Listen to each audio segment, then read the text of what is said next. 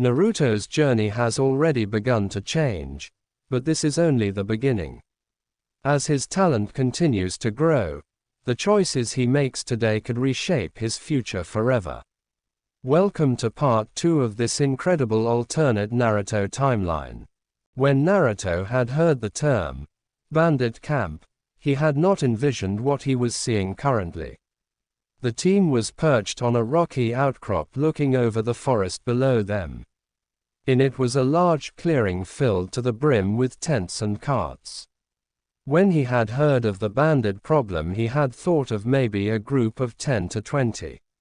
Not the view that greeted him of somewhere between 1 to 200 bandits strolling about.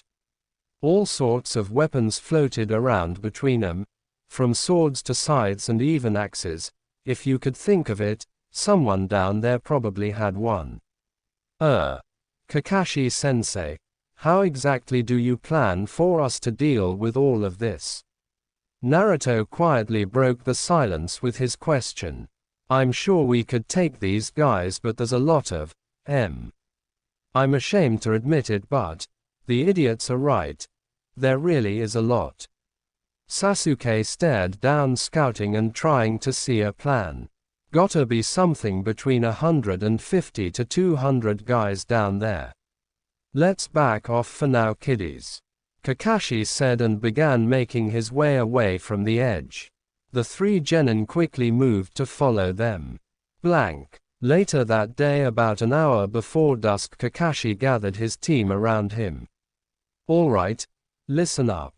Making sure he had the attention of all three, he then continued. There's a ravine at the end of the clearing they are camped in. I'm going to use a water-style jutsu, followed by an earth-style jutsu to force them from camp and into the ravine. Kakashi sighed. My jutsu will most likely neutralize a large amount of them, however it won't get everyone.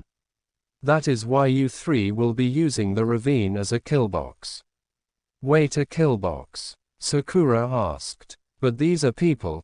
We can't just slaughter them like animals. Kakashi sighed once again and crouched level with the pinkett. I know that it doesn't seem right, but as shinobi, this is what we do, Sakura. On top of it, those men are scum, who have chosen a path of torture and rape. Along with killing and kidnapping people for their own greed. They sell people into slavery. As such, we put 'em down like rabid dogs. Sakura's eyes widened, unbelieving at his words. Is this really what it means to be a shinobi? The masked Junin looked at her as if trying to find the right words. Sakura, look at your teammates. They have already steeled their resolve and are ready to do this.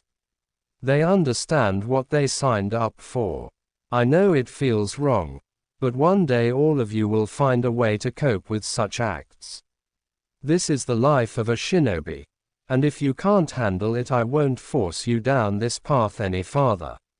Sure enough, when Sakura turned around to her teammates, she could see that they had steeled themselves and understood exactly what it meant to be a shinobi. Alright, sensei. I'll do it. I picked this path and I'm not just going to abandon my dreams. The sole female shinobi said, with an air of confidence. He ruffled her hair. That's the spirit. Turning to the boys, he asked, are you guys ready? The two boys shared a glance at one another, and turned their attention back to their sensei.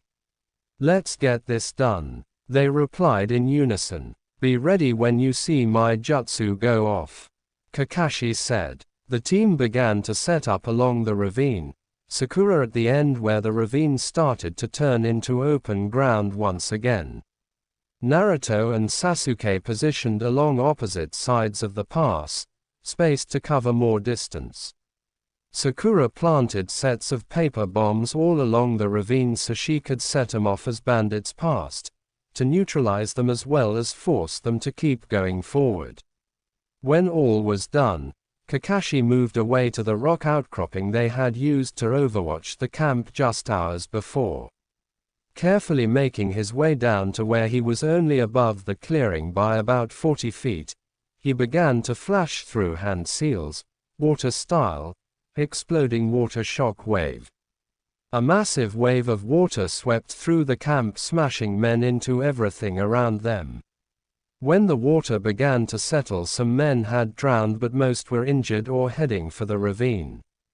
The Junin sped through another set of hand seals, earth style, mud river.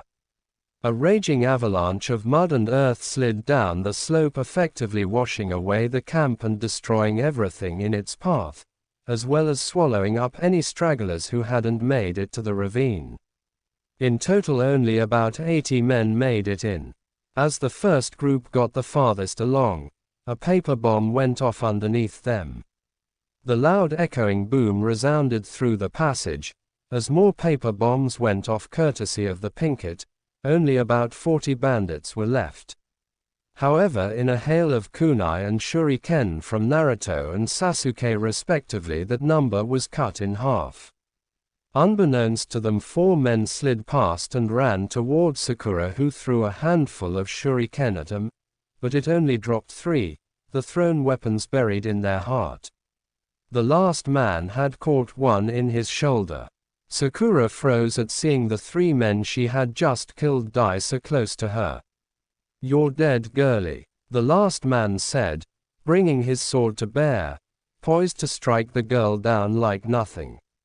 Suddenly a swath of kunai landed behind him, and as he turned he caught sight of black with a hint of orange before a kunai enclosed in a fist slammed into his skull, which burst with blood covering Naruto's face. He froze momentarily, registering the look of shock and utter fear on the man's face as he killed him, but remembering he had done so to save Sakura, he regained his composure. "Sakura, are you all right?" Naruto yelled at the girl. "Ha, Naruto," she said, still dazed. "Why, you just saved my life, didn't you?" "Thank you," she said, falling to her knees. "No problem," he said, then turned and called out through the ravine over Sasuke's little killzone, "Kaka-sensei, come look after Sakura." And with that, Naruto flew back into the fray with Sasuke. Between the two of them they utterly bodied the rest of the bandits with taijutsu and kunai alone. Kakashi watched as Naruto pierced the skull of the last bandit with a kunai. As the bandit dropped dead, he noticed the look of sadness in his eyes. Sasuke and Naruto then landed next to him, covered in a fairly large amount of blood. "Good work, team. I'm proud of you.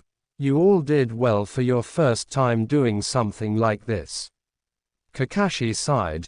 "Head down the hill about another half-mile and there's a stream. You boys go get cleaned up and I'll take care of Sakura. All right?" "Yes, sir," the boys said together and disappeared from view. "Sakura, I need you to look at me. Can you do that for me?" Kakashi asked the shell-shocked girl. Her 1,000-yard stare turned to meet Kakashi's dark gray eyes. She nodded dumbly. "Sakura, you did what you had to do and what was required of a shinobi. On top of that, it was kill or be killed. If you hadn't killed those 3 men, they most definitely would have killed you before Naruto could have possibly got 'em all." Kakashi sighed. "Harden your heart, for this is something we deal with every day. However, don't forget that it's all right to feel remorse and regret over taking a life. That remorse and that feeling is what keeps us human. If you ever begin to enjoy it, that is when you become a monster. And you're no monster, Sakura. Trust me, I've seen many." Sakura sobbed slightly but took shaky deep breaths and replied, "Thank you, sensei."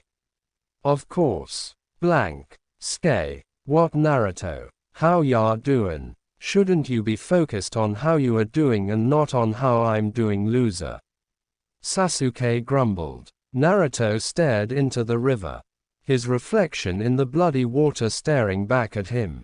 "It's easier for me to worry about others than it is to worry about myself.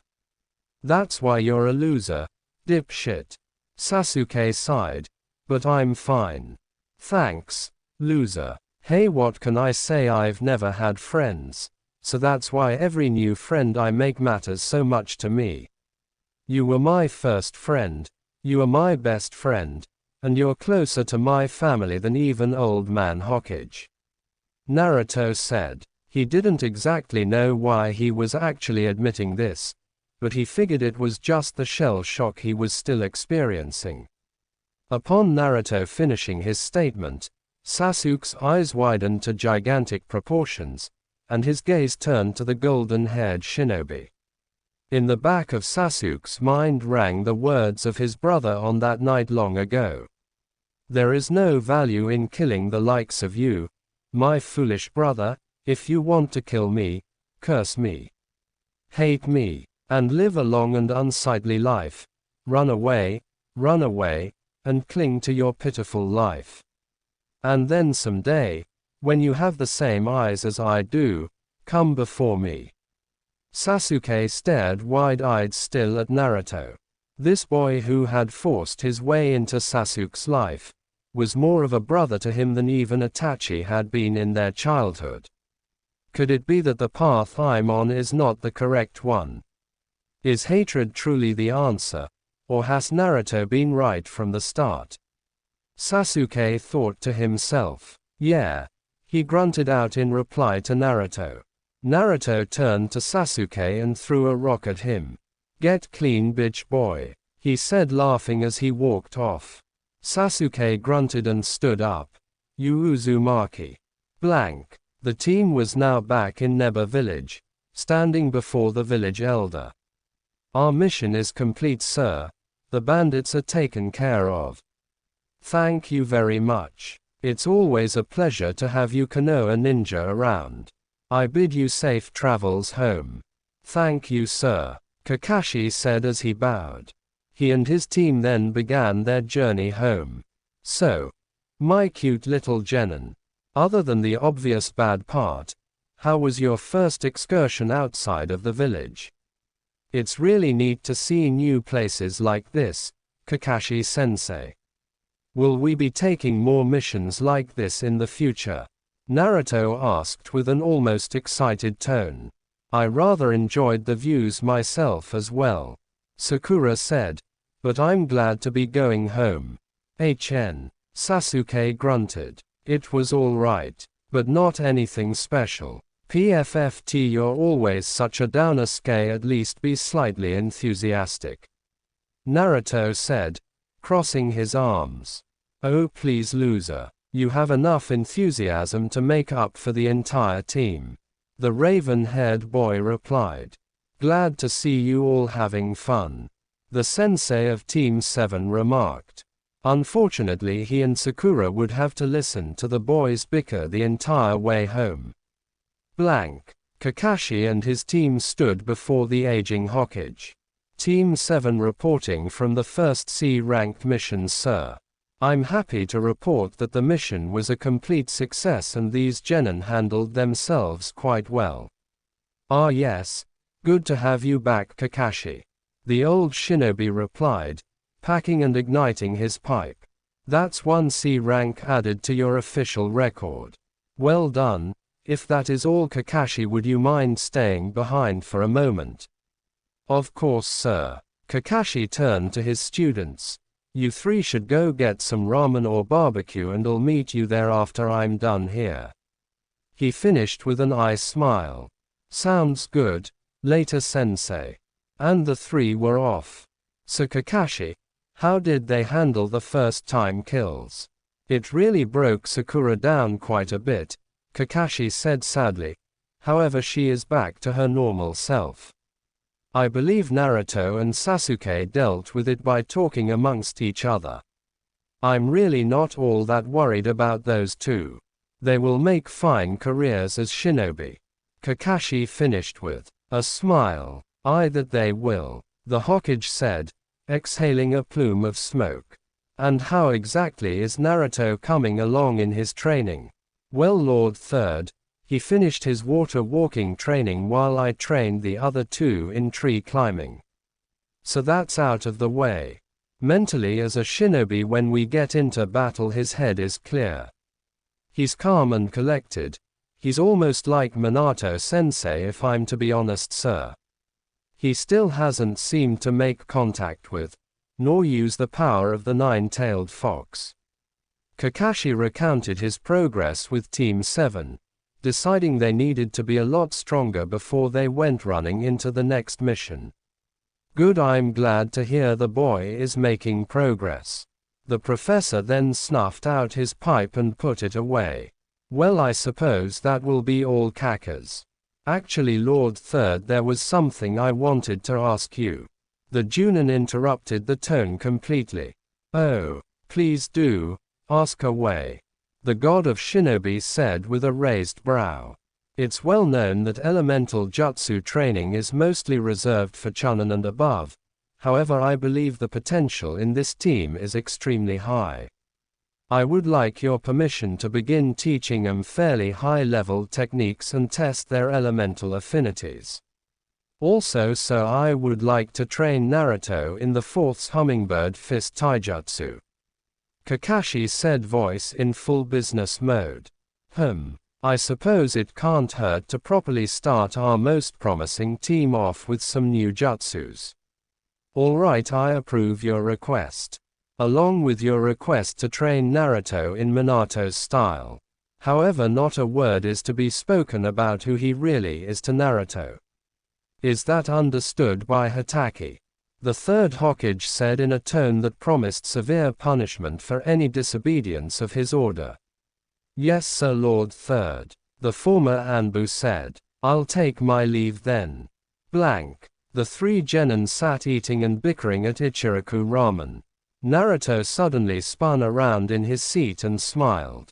Hiya sensei. What's up? He said to the empty street, causing Sakura, Chuki, and Ayami to all adopt a confused expression. However, just as Sakura was about to ask what he was talking about, Kakashi appeared right before the blonde boy. Yo, Naruto. He laughed. Sakura was visibly stunned. Wah. How? Wah. She muttered out. Sakura, you dolt. Naruto is a sensor type.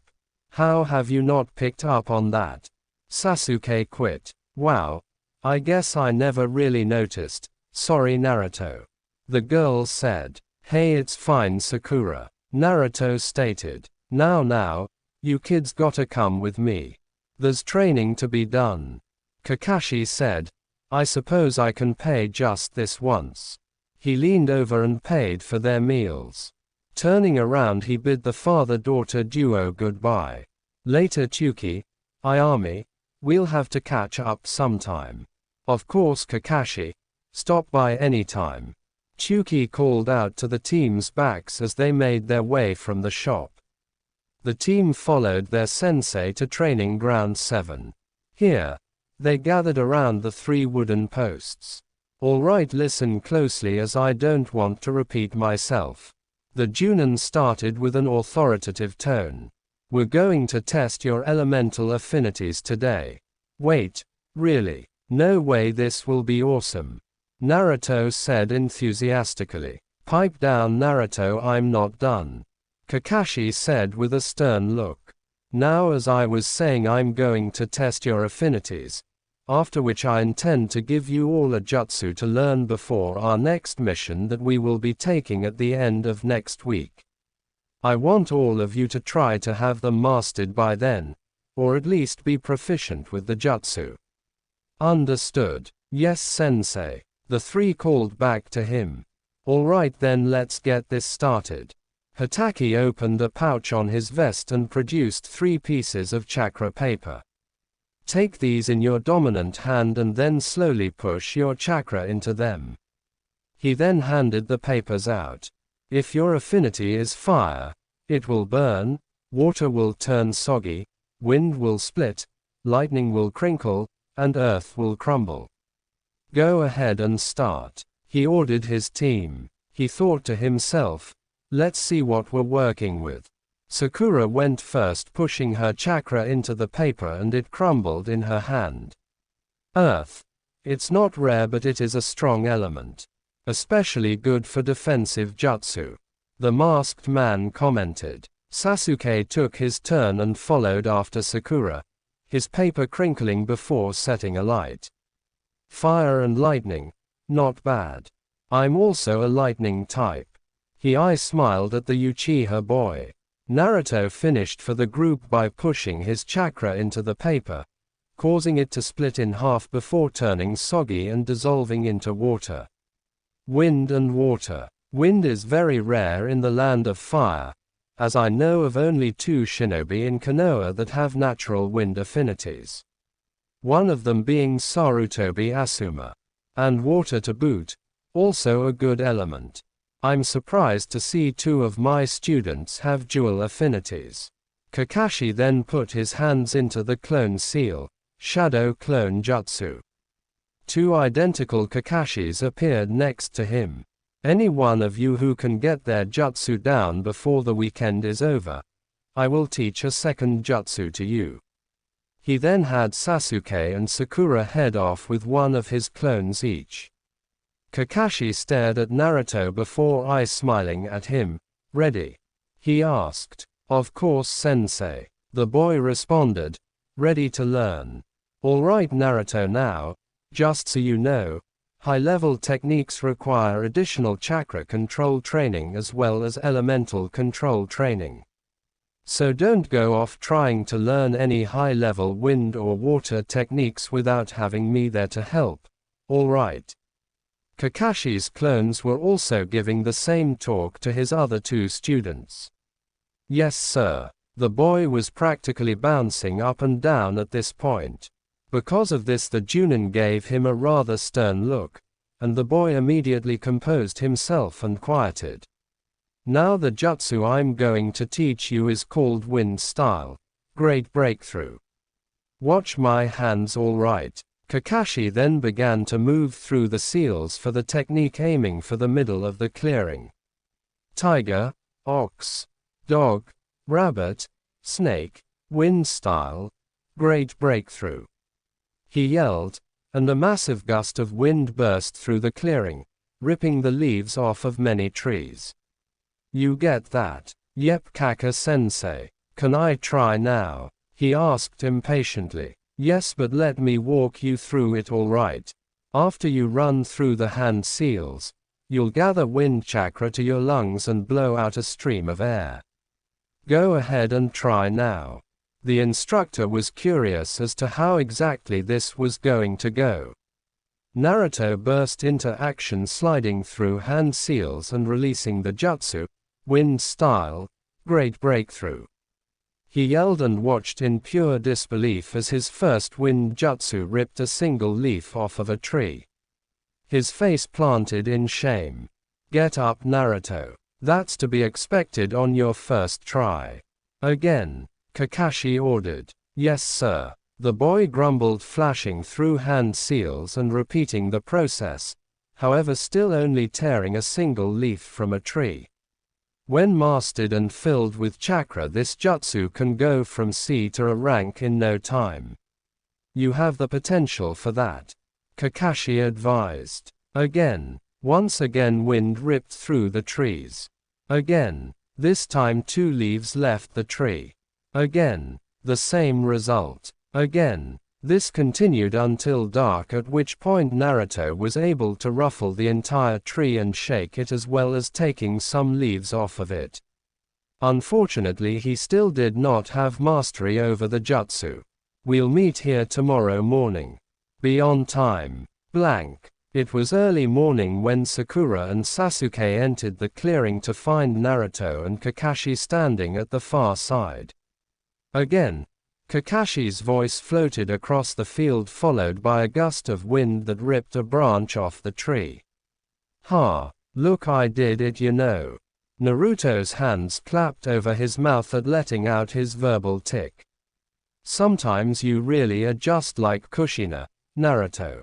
Kakashi said with an smile.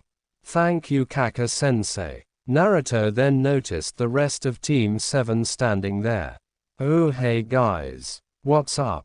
Hello Naruto. Responded Sakura. HN. Loser. Sasuke grunted out. What jutsu are you learning? He asked, wondering. Wind style. Great breakthrough. Naruto smiled. How about you guys? The Pinkard spoke first. Earth style. Hidden mole jutsu. Sasuke followed up with fire style. Phoenix flower jutsu. Ne Sasuke. Think we could combine our jutsu for a combination? Naruto asked. I don't see why it wouldn't work.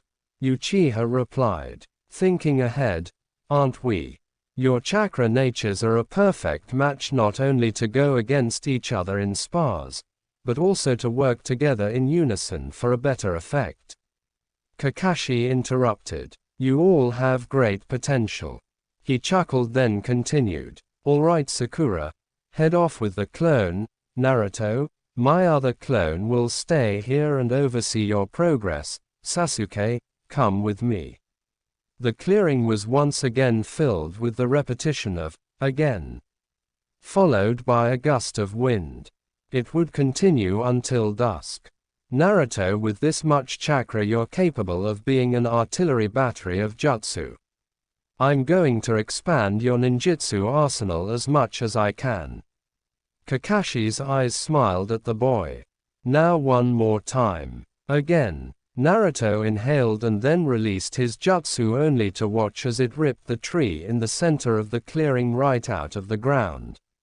Kakashi's eyes widened. Naruto, how exactly did you pull that off? Naruto rubbed the back of his neck. Well, you see, sensei, I kinda got frustrated and poured a bunch of chakra into it.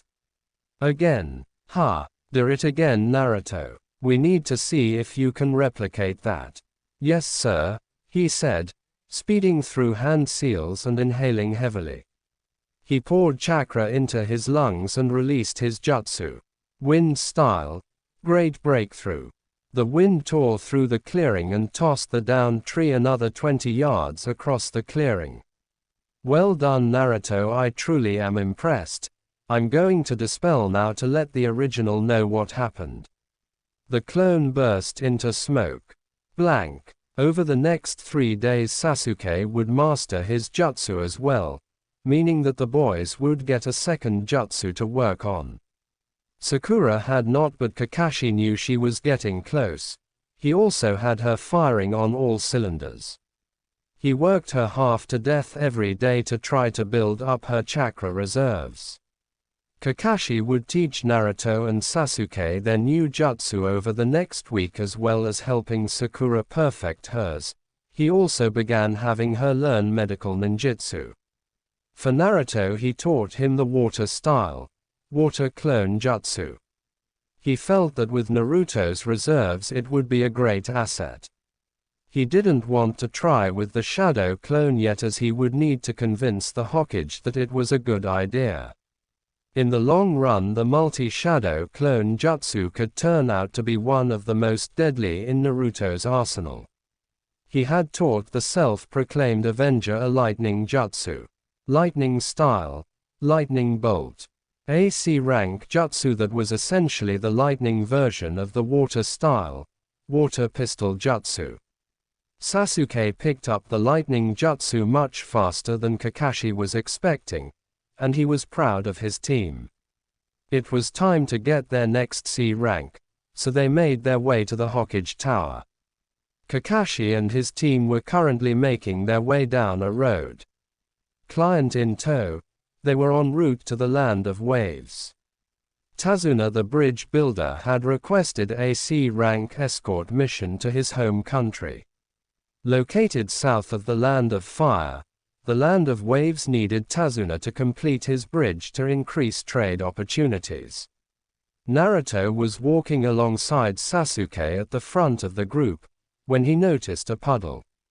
It hadn't rained in weeks. Oh come on, that's just sloppy. Who does that? Naruto thought. Clearing his throat, he said to Sasuke, "You're a scrub, you know that, right? You couldn't even use my water jutsu properly when you tried." Sasuke got the message loud and clear, having noticed the puddle himself. Uzumaki.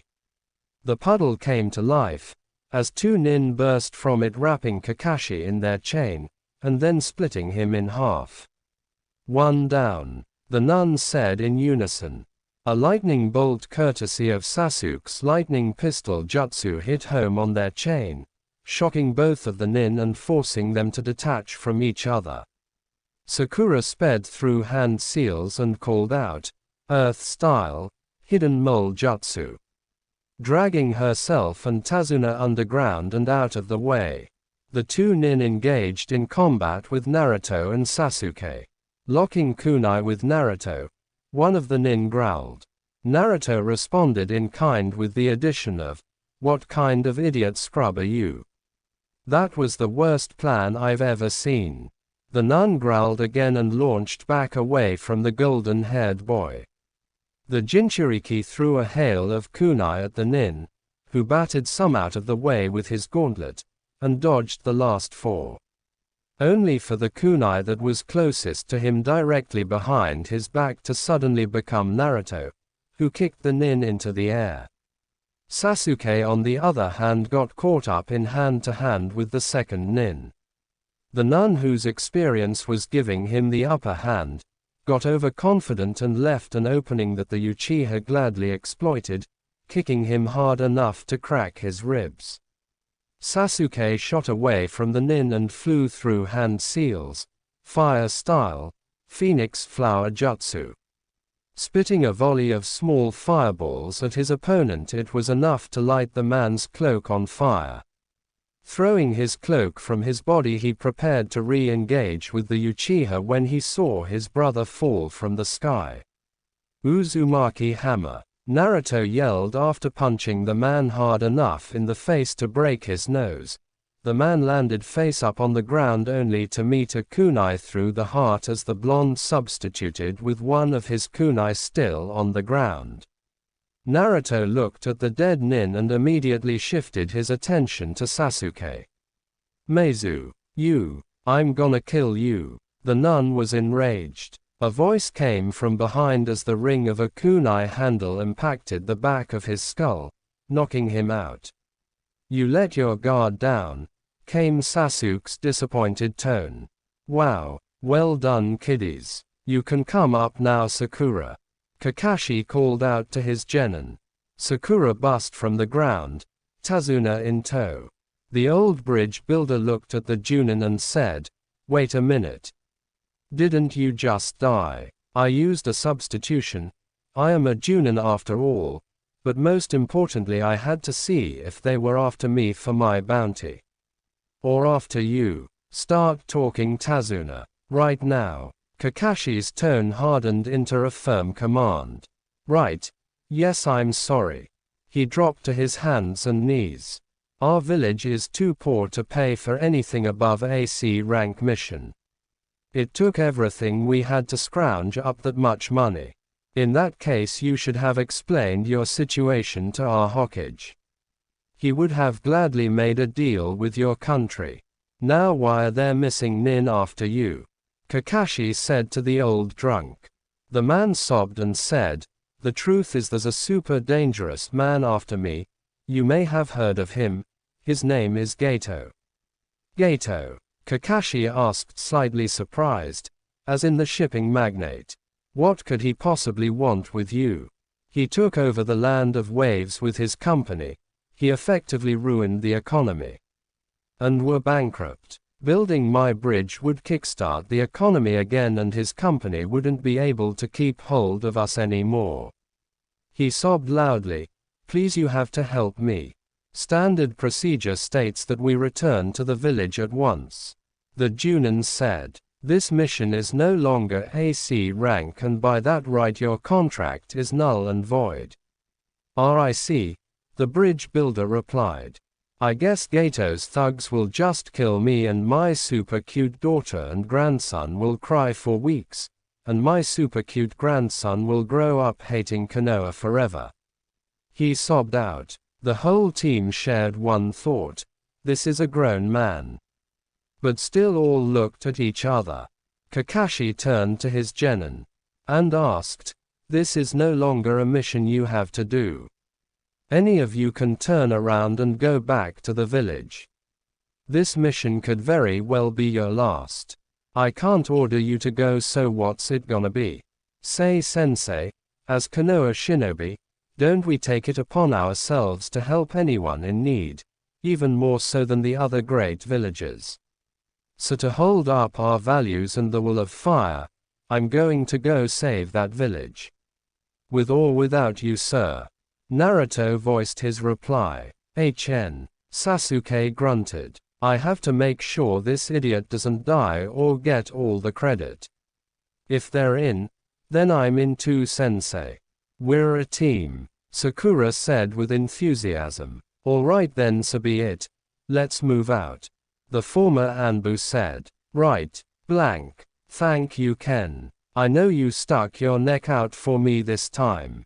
The old bridge builder said to the fisherman as the team dismounted the boat. Yeah, no problem. Just get that bridge built. With that, the fisherman floated away. Alrighty. It's not too long of a walk to the main village. I'll lead you there, Tazuna said with a bit more enthusiasm than he had shown the whole way here. As they walked along, Naruto immediately sensed the large chakra signature. Responding in kind, Naruto took Tazuna and Sakura to the ground a full 8 seconds before Kakashi even yelled, "Get down."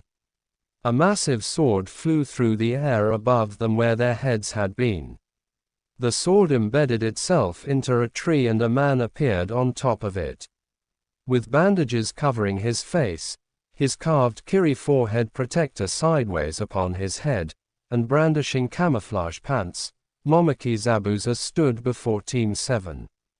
He then proceeded to give them a taste of real killing intent. Kakashi spoke first. Momoki Zabuza, a ranked missing 9 from Kirigakure, also known as the Demon of Kirigakure. Uncovering his left eye, revealing his Sharingan, Kakashi continued. I'll need this to deal with you, Hatake Kakashi, or Kakashi of the Sharingan. I'm honored, Zabuza said. You 3, stay back and protect Tazuna with your lives. Stay out of this fight, the legendary Junin ordered. It's useless to have them protect him, Zabuza said, channeling all of his killing intent at the 3 genin. Sasuke began to lift his kunai toward his throat. It's over. I'm done for. I might as well just get it over with, Sasuke thought under the immense pressure of Zabuza's killing intent. Sasuke, stop. I'll protect you all with my life.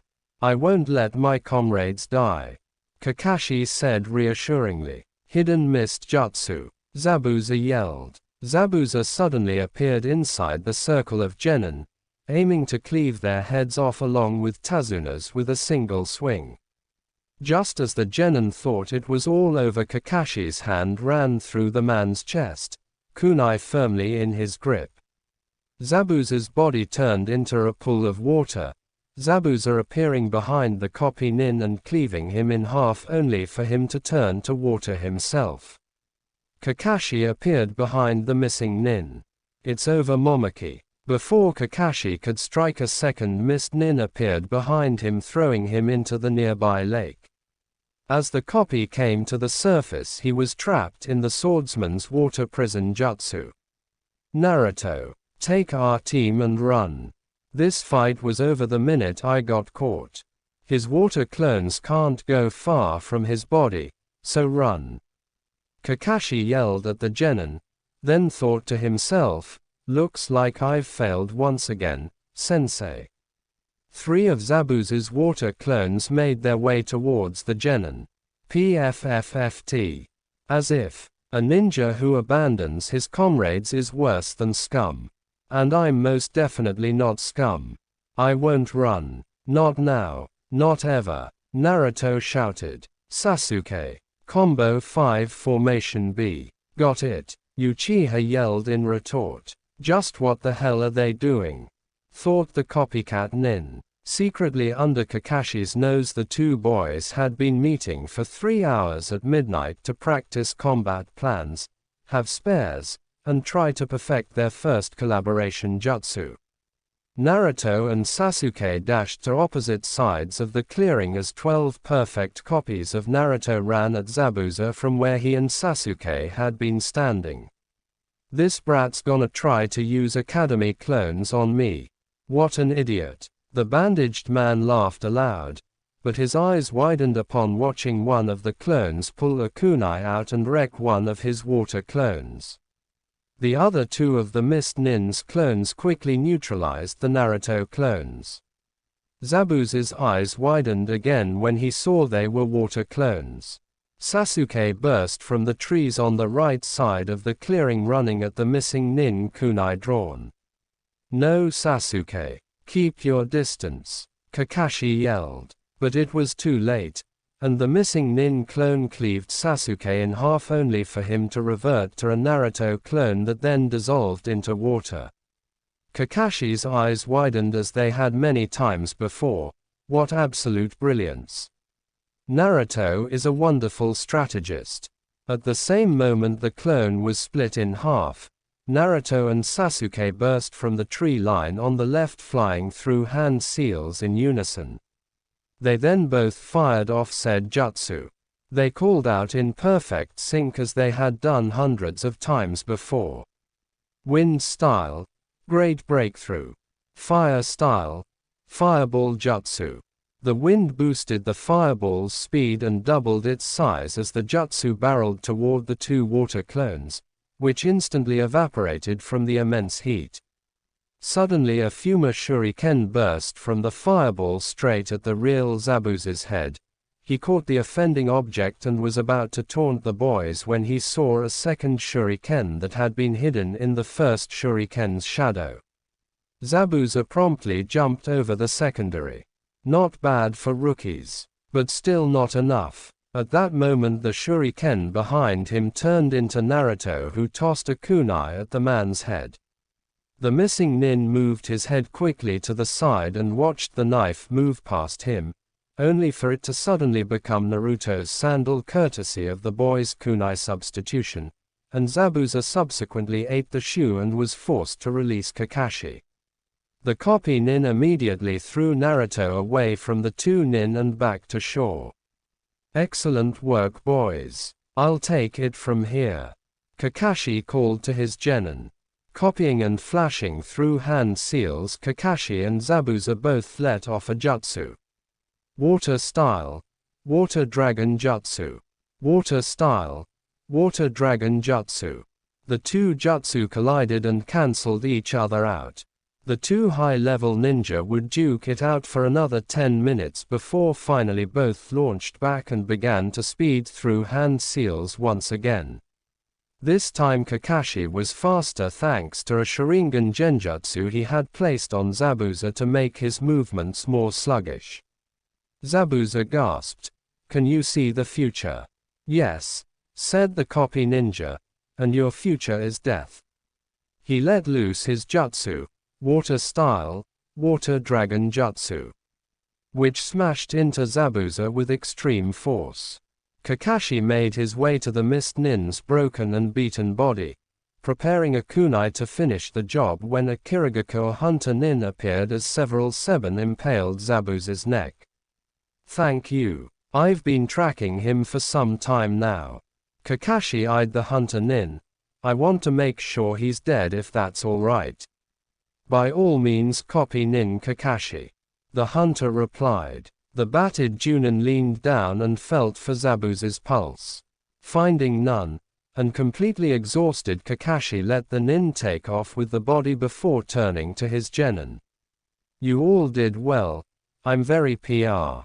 Kakashi passed out, and in a quick burst of speed Naruto caught his teacher. "Old man Tazuna, take us to your home," Naruto ordered. Startled Tazuna reined himself in and quickly replied, "Oh right.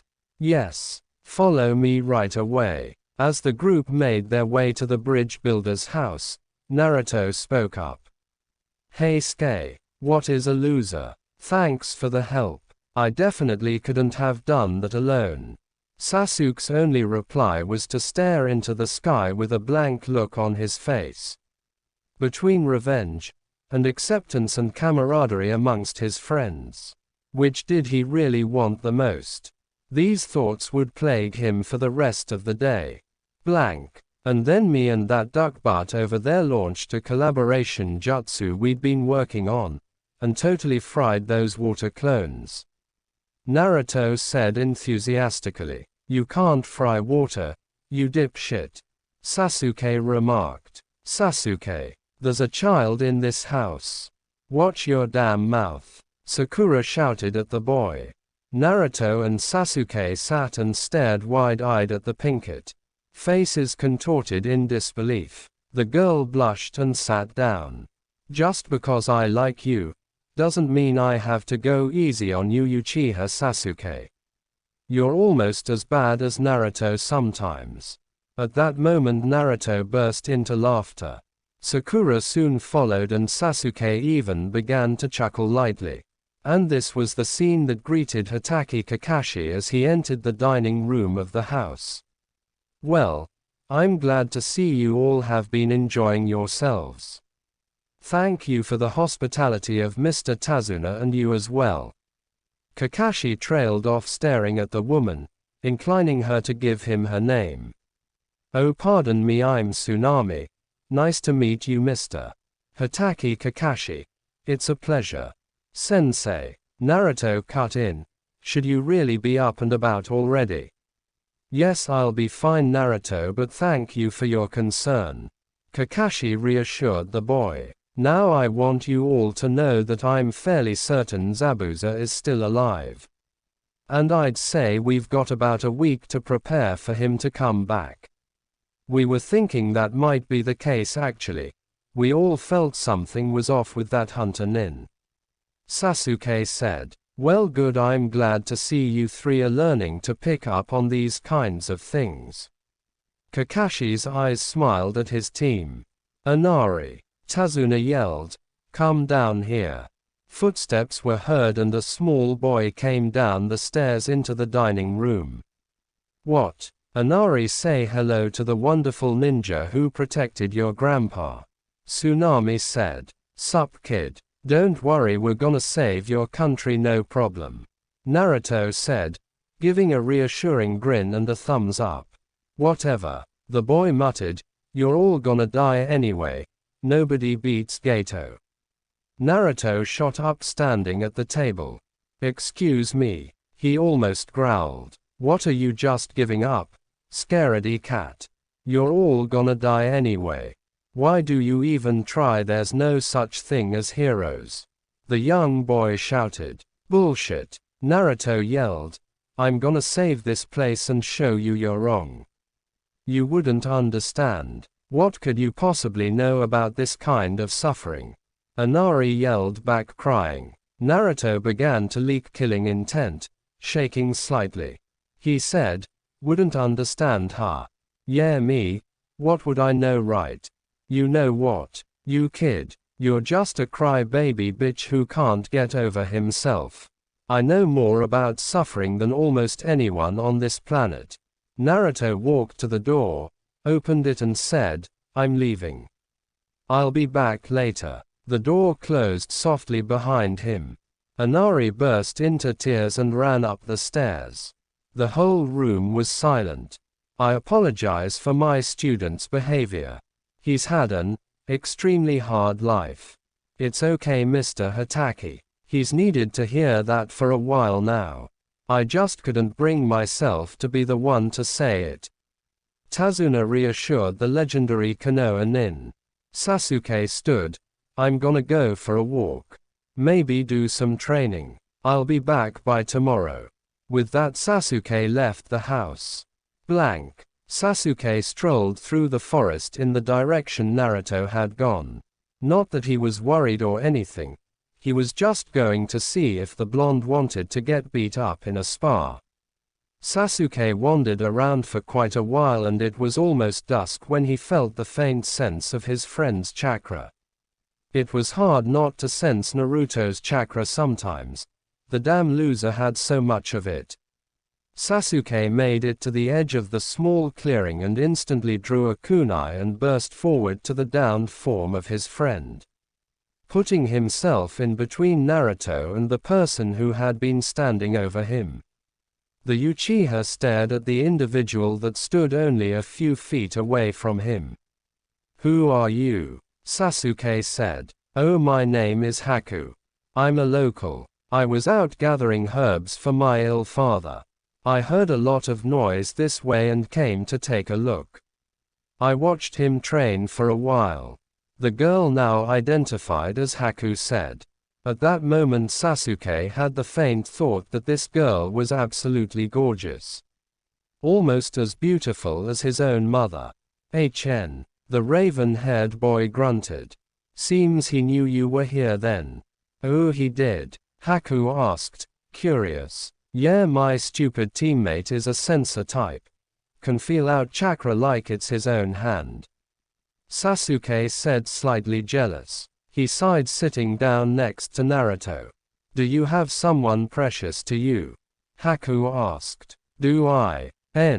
He stopped himself. Was he an Avenger that wanted to be all alone and kill Itachi? Or was he a teammate, comrade, and friend to those around him?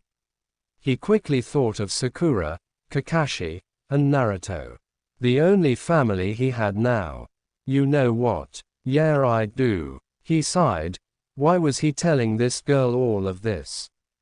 "Good, then you must be very strong." The girl replied. "Why do you say that?" It was the conflicted Avenger's turn to be curious. "Because, when you have precious people and precious bonds to protect, that is when you are truly strong." The girl smiled. "Strength comes from the bonds we form around us. Our precious people are the ones we fight so hard to protect. Sometimes they die, and we can't stop it, but that's what drives us to get even stronger so we can protect the ones we have left." Sasuke couldn't help but think not only was her voice and face so beautiful, but her spirit was as well. He smiled back at her. "You know, you're probably right. Thank you, Miss Haku," Sasuke replied. Haku stood. "I have to go now, but you're welcome. I hope we meet again one day in the future. Oh, and by the way, I'm a boy," the young woman said, smiling. For the first time in his entire life, Sasuke snorted. He laughed loudly. "Yeah.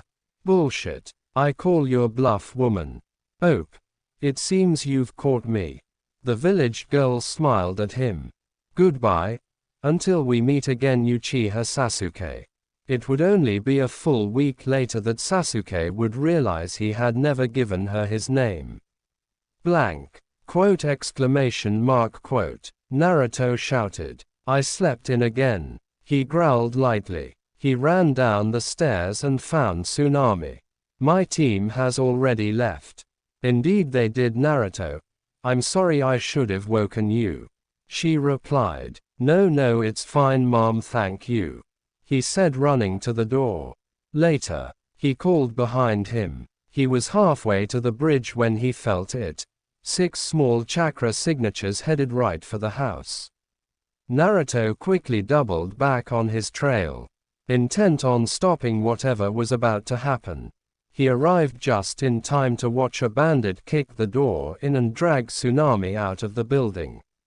He quickly flashed through hand seals, creating 5 water clones to deal with the 5 bandits guarding the perimeter.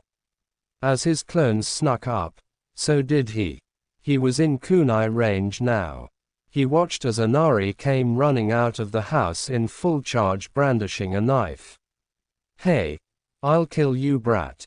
Don't hurt my mother." "Inari, no." As a sword swing came down toward the boy, a kunai impacted at the man's feet and then was gone. And somehow the man had a fist brandishing a kunai embedded halfway in his chest underneath his ribs.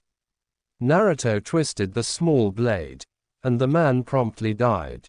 All the while Naruto's 5 water clones simultaneously killed the other 5 men.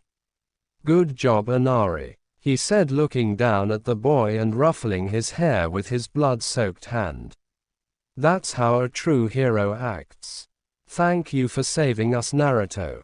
Thank you so much, Mr. Uzumaki. The tsunami cried out. Hey, no problem. But I gotta get going here. My team is waiting for me. You should barricade yourself in the house and wait. And with that the boy took off into the trees once again. Blank. Meanwhile, on the bridge, Sasuke was getting his speed, and it was pissing him off. Like a lot. Damn it, am I really this outclassed? The fake hunter nin had encased the last Uchiha in a dome of ice mirrors, and was proceeding to rip him apart with Seven. The Uchiha really did think it might be over for him. Suddenly a loud explosion ripped apart one of the mirrors courtesy of Naruto, who used the opportunity to catch the fake nin across the face with his foot. Sasuke, don't tell me you've been losing to this. Shut up, you idiot. Now we're both stuck here, he said as the destroyed mirror reformed. Well, at least I don't have to fight alone now, the Raven thought. The fight proceeded and Sasuke found out that Naruto was, after all, faster than he was. It bothered him slightly, but at least they had a chance. Enough. It's time to end this, yelled at the enemy shinobi. And suddenly there was an absolutely huge blanket of Seven coming straight for them. Sasuke knew he couldn't dodge. He was gonna die here. Sasuke suddenly found himself thrown against the ground, with Naruto standing over him, body covered in Seven, looking at him with almost lifeless eyes. "Sasuke, you got alive," Naruto said through gritted teeth. And with that the unknown son of the fourth Hokage fell and died. Naruto, hey, idiot, get up. Sasuke crawled toward him. Why, loser? Why would you save me? You're supposed to be Hokage one day. Sasuke was racked with two emotions, guilt and anger. His eyes flashed red. A fully mature three-tomo Sharingan appeared in place of his black eyes. Was he precious to you?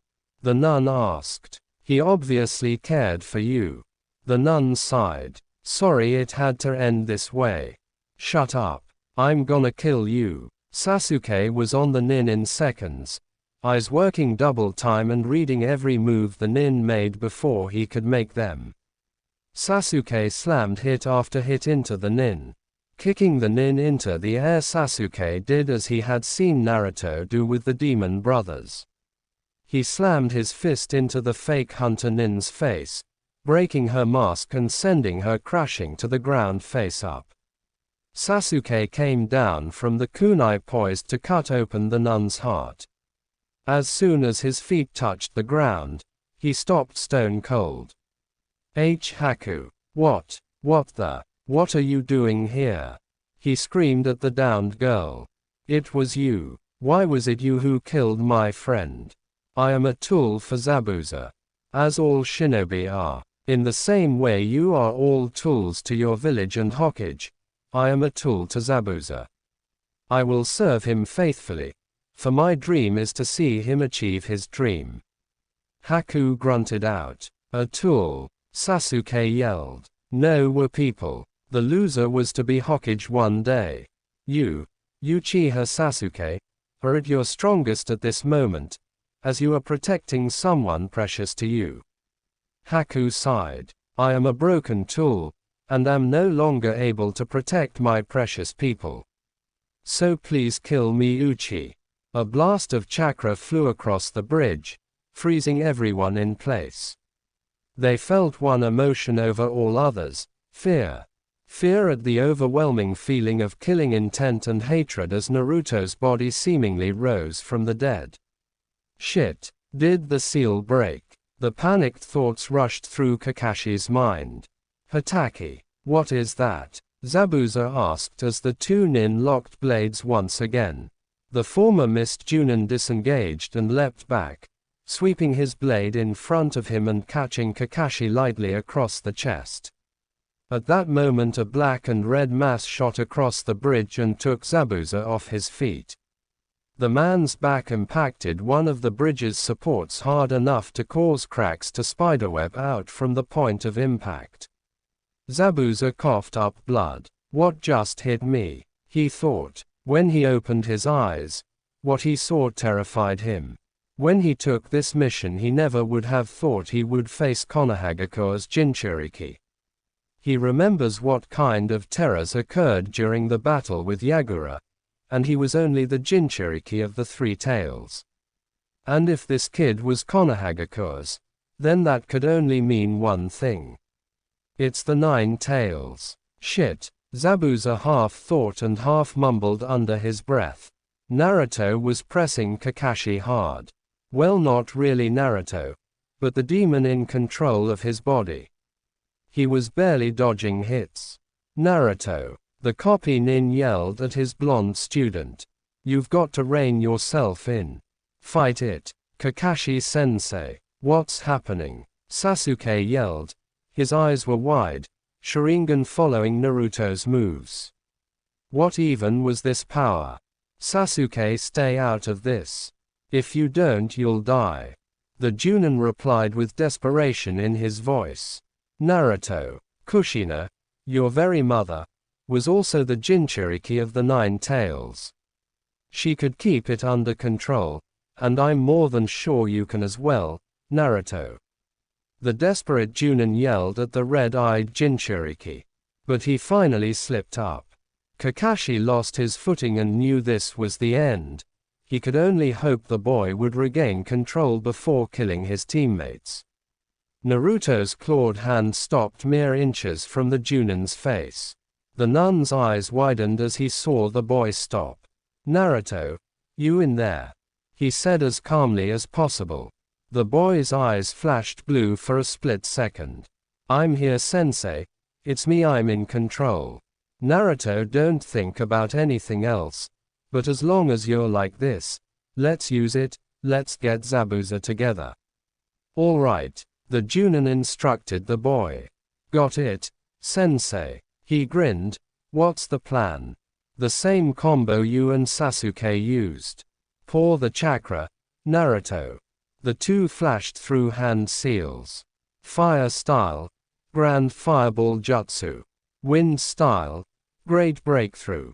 The absolute hurricane of fire that burned across the bridge was enough to superheat the concrete as it traveled. Zabuza barely managed to get a counter out. Water style, Water Wall. He yelled. The jutsu held out against the Junin and Genin's combo for all of 5 seconds before it evaporated and blew the water away.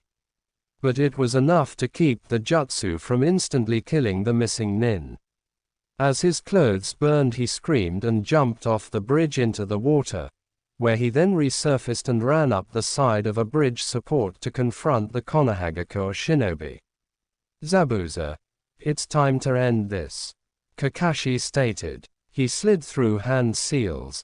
The Junin's hand was engulfed in lightning, and he sped across the bridge, hand extended toward the missing nin. Chidori. The sounds of his hand tearing and bursting through flesh echoed across the bridge. On his hand sat Haku. Hey, made for a useful tool after all. The demon of Kirigakure yelled, bringing his sword back and fully intending upon cutting through Haku to kill Kakashi. But he hesitated. Can I really do this? He thought, but brought his arm down anyway. A black and red blur impacted against the side of his sword, taking it completely out of his hands. What the? Sensei, finish it, Naruto shouted, throwing the blade to the ground. Zabuza brandished a kunai, but immediately Kakashi was behind him and planted a kunai in the nin's left shoulder, rendering it useless. The nin tossed his kunai to his other hand, bringing it around to bear down on Kakashi. The Leaf Junin adjusted his grip and changed his angle, slamming his kunai into Zabuza's right armpit while simultaneously grabbing and snapping the former Kirigakure nin's forearm. Zabuza growled and launched back, but was met with a voice. Wow, you ninja really do have some cool fights. A short fat man with a cane called out.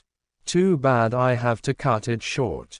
Gato, what are you doing here? Zabuza growled. I figured I'd wait for you all to wear each other down and then come have my men finish all of you off. I never intended to pay you. He kicked Haku's corpse. This brat almost broke my hand. I'm glad she's dead.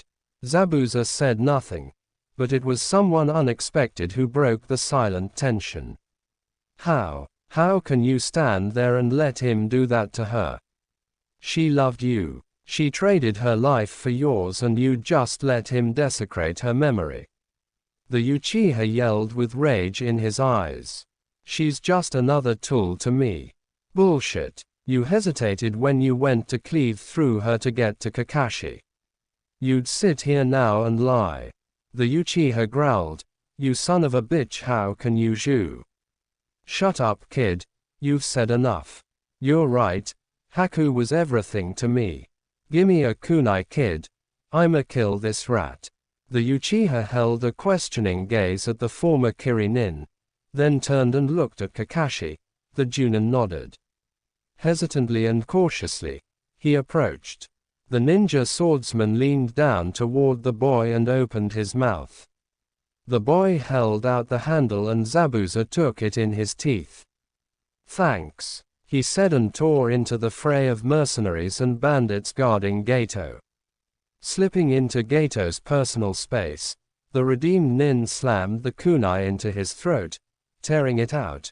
He proceeded to kill many more bandits before he fell. As the bandits moved to hit the downed man, one shouted out, "We're gonna kill the rest of you damn ninja in a second." Like hell, a child's voice echoed across the bridge.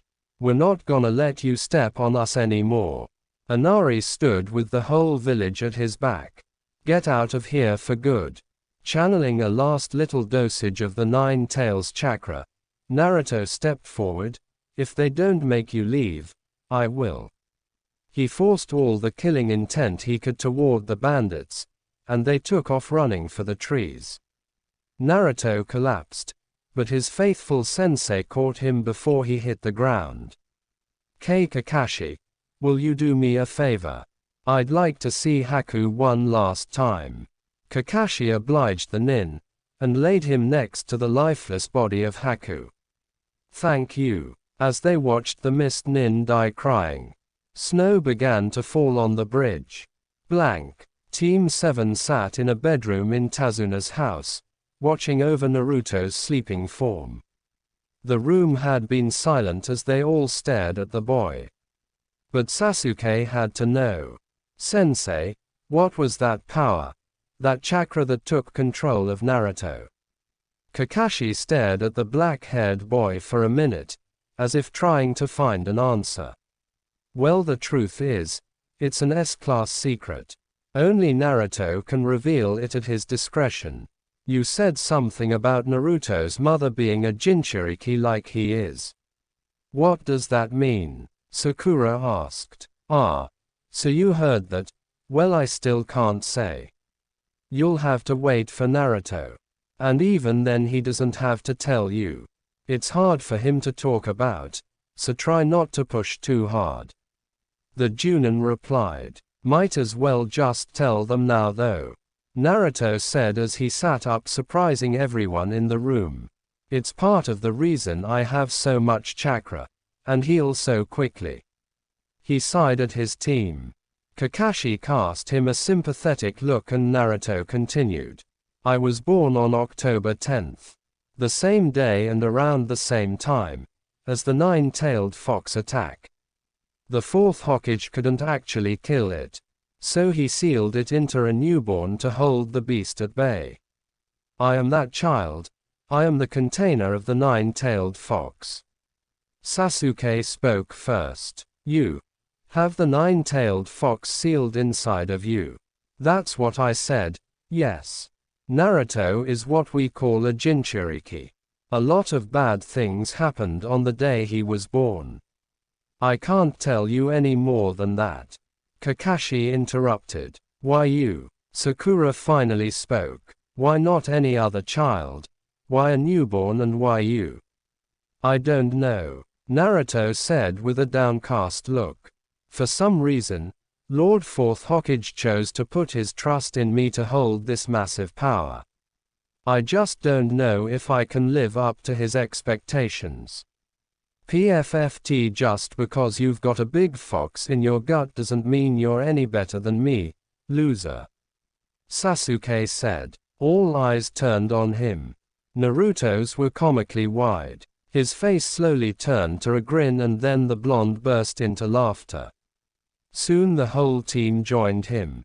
As the laughing settled, Naruto spoke in a soft tone. Thank you, Sasuke. He sighed. I was honestly very worried you guys would think I'm a monster. Sakura whacked Naruto on the back of the head. Of course we wouldn't think that, you idiot. She sighed lightly. At least now we know why the adults all said to stay away from you, and why they glare at you so much. Thank you, Sakura. Naruto chuckled. One day they won't see me like that. One day they will see me as Uzumaki Naruto, the Hokage, and then they will all respect me.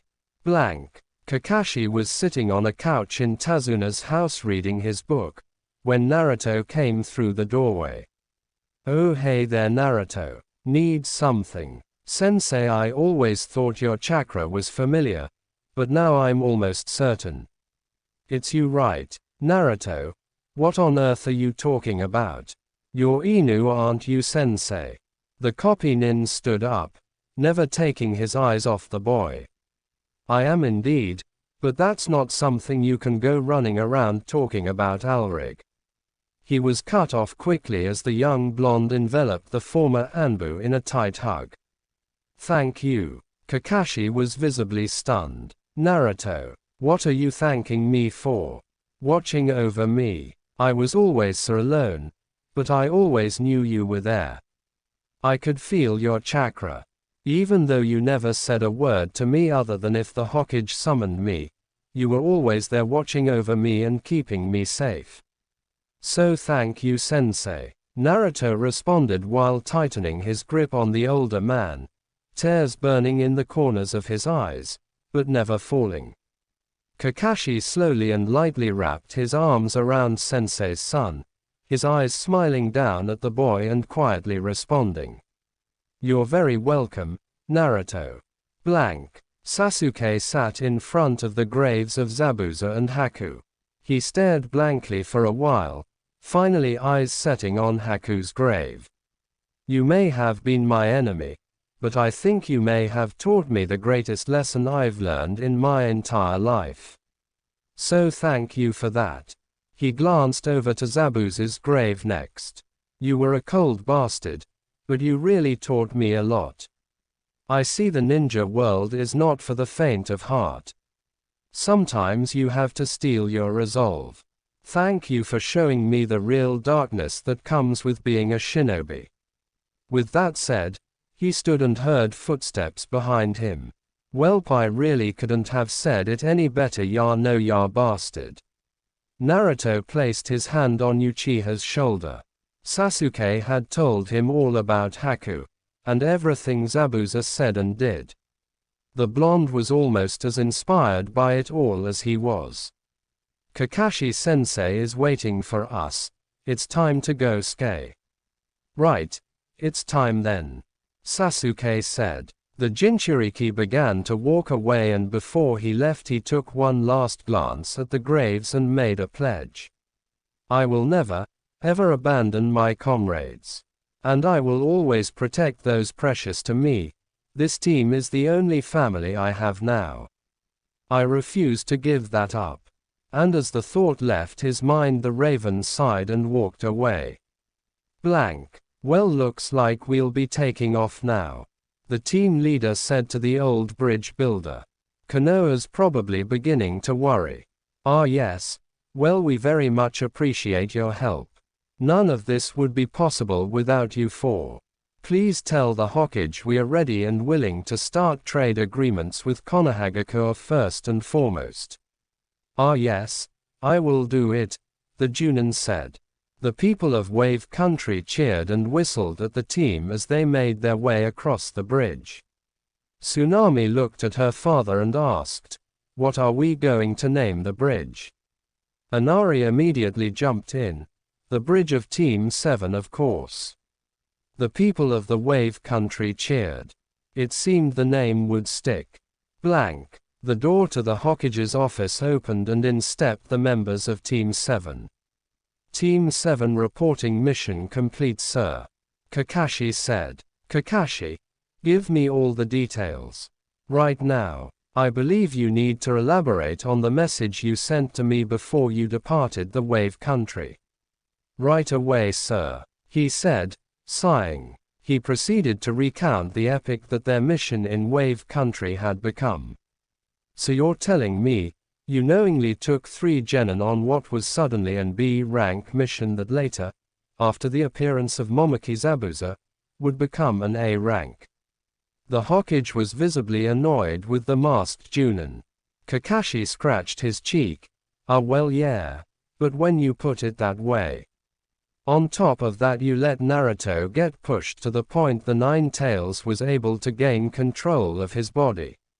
And then to defuse said situation, you divulged another S-class secret to the boy. The Hokage pulled out his pipe, lit it, and took a pull, exhaling the smoke before sighing.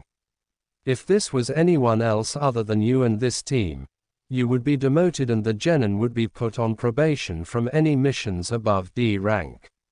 However, because Team 7 is our strongest and most well-known and popular genin team, I will let this pass. I expect to never hear of a situation like this again. Are we clear, Kakashi? Yes, Lord Hokage. Crystal. Good. You and your team are dismissed, but Naruto, please stay behind. The other 3 left and the blonde sat down in front of the Hokage. What can I do for you, Lord Third? The boy asked. Did you speak to it? The Nine Tails. No. When Kakashi-sensei mentioned mother, I was able to regain control of myself and managed to use my power boost to help Kakashi-sensei push Zabuza. Good. When Jiraiya arrives, I'll have him take a look at your seal. Lord Jiraiya, of the Sannin, Naruto questioned. Indeed. You know I trained all 3 of them. Of course I know. Naruto laughed. They beat it into our heads at the academy. The old Hokage chuckled in response and silence filled the room. Naruto, you and your team are going to be entered into this year's Chunin exams. We can't afford to not show your team off. Let alone not show off you and young Sasuke. The 2 of you are our most skilled genin, so feel free to show off. Understood, Naruto. Yes, Lord Hokage. The boy smiled at the elder. Naruto. Yes, sir. Never mind, it's nothing. You may go. See you later, old man Hokage. With that, the boy stood and left the office. Alone with his thoughts, Hiruzen sighed. It may be too early to tell him of his father, even if he makes Chunin. I suppose I shall let Jiraiya take him soon, and leave that decision to him. He is the boy's godfather after all. The elderly Sarutobi sighed once more. He really was getting much too old for this. Blank. All right, listen up. Kakashi called his students. We have until the end of this month to get you 3 into top shape to enter the Chunin exams. You don't have to pass, nor get the promotion. However, you must give it your all. You guys are Konohagakure's strongest genin team at this point, and if you aren't yet, you will be before the exams. So let's get started. The Chunin exams, all ready? Sakura asked. Yes. Lord Hokage believes you are ready, as do I. The Junin I smiled at them. Ready to get started then. The 3 responded together. Let's do this.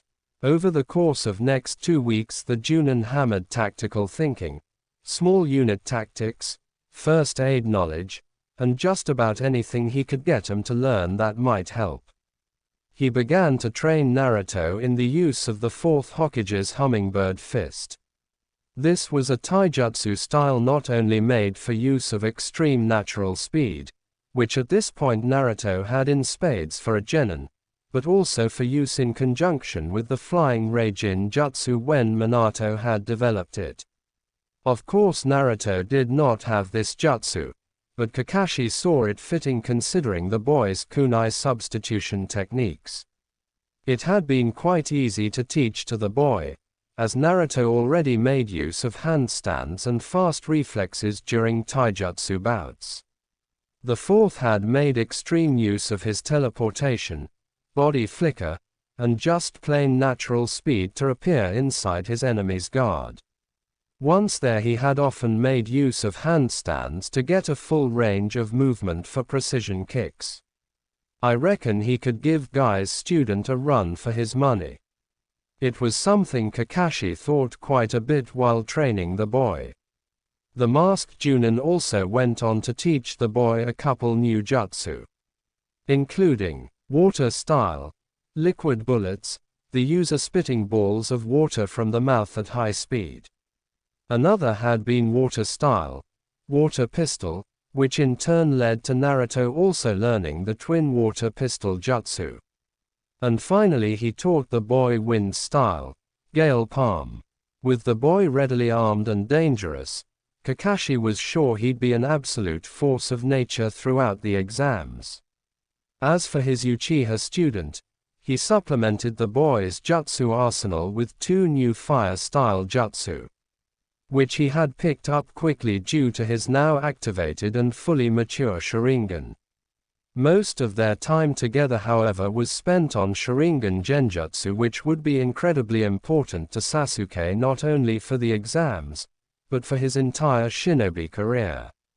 As for the girl, after making her undergo hard training to increase her chakra reserves, he felt she would be capable of learning new techniques.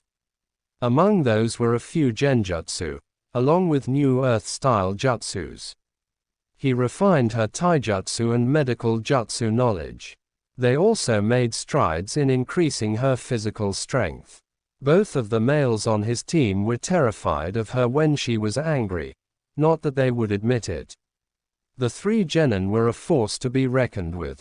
Kakashi was honestly going to be surprised if they didn't wipe the floor with a good chunk of the competition. All that was left to do was wait and see. Blank. Boss, boss, a small boy with a blue scarf yelled, chasing after the blonde. Naruto could still remember meeting the arrogant idiot in the Hokage's office. But since then Naruto had taken to looking after the boy, sometimes even teaching him some things. The 6-year-old had just joined the academy, and would turn 8 2 months after Naruto turns 14 this year. Sakura was also walking with Naruto at the time. "What is Kono?" the blonde boy asked. "Boss, is she your girlfriend?" Sakura looked stunned, and Naruto turned to the boy and smiled. "No, she's just my teammate Kono." "Ah, that's good because she's kinda flat," Konohamaru said blankly. Sakura's face turned to rage. Had Kakashi been there he would have been reminded of Kushina herself. Naruto looked at the boy with fear in his eyes. "Kono, run." The boy saw his mentor's face and was terrified. He took off running for the hills. Sakura took off after him. "Get back here, you little shit." Her time spent exposed to Naruto and Sasuke's foul language had made her pick up a few habits of theirs. The boy ran down an alley at top speed, taking a shortcut to a side street before running into someone. "Ow," the boy said, falling on his bottom. "You little shit, you're gonna learn your lesson right now." A male voice rang out over him. "Kankuro, quit, you're gonna get us in trouble." A female voice called out. The Chunin exams were going to start soon, and Team 7 was about to meet the greatest adversary. What a chapter! If you enjoyed Part 2, don't forget to leave a like, subscribe, and share your predictions for what happens next. I'll see you in Part 3.